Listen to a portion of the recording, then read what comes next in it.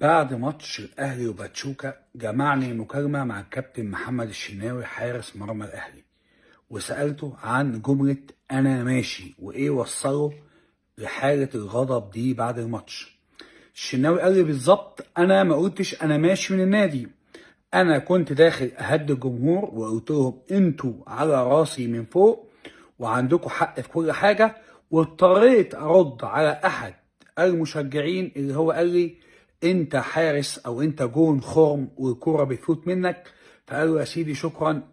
انا ماشي، وشاورت له على راسي انا ماشي. ما بقصدش ان انا ماشي من النادي الاهلي، انا قصدي بقول انا ماشي دلوقتي، ماشي من قدامك. فده كان توضيح من الكابتن محمد الشناوي ليا من شويه